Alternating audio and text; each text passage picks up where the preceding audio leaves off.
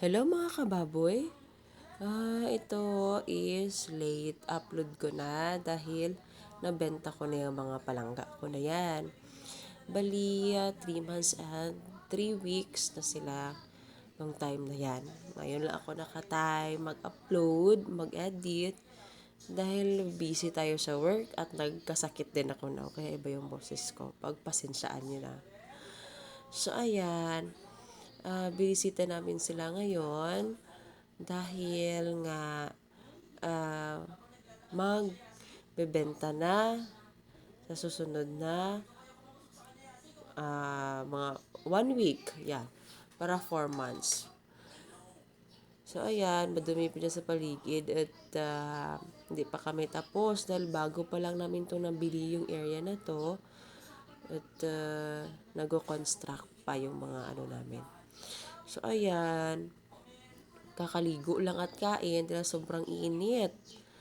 Kailangan paliguan ng 3 times a day. So, ayan, complete the vaccine, porga, at pure feeds naman yan sila. Ang lulusog.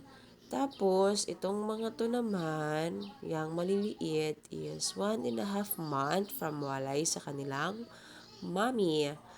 Yan. Naka-porga at vitamins na rin kami dito. Naka-vaccine. Pinkish na masyado dahil sobrang init. Kaya pinapaliguan. Ito naman is dyan namin ilalagay yung mama pig namin dahil 2 months preggy na siya. Balis love lang yung half. Tapos, ganyan lang. Hanggang dyan lang yung hollow blocks niya. Dahil balak na, mas nakakatipid kasi kami pagka slab. Although yung baboy namin is si Mama Pig, hindi sanay sa kit-kit ng kit-kit sa kahoy. So, mas parang okay lang. So, ayan, may timbangan kami dyan, nakabitay na. So, ayan naman yung 4 months and 4 days.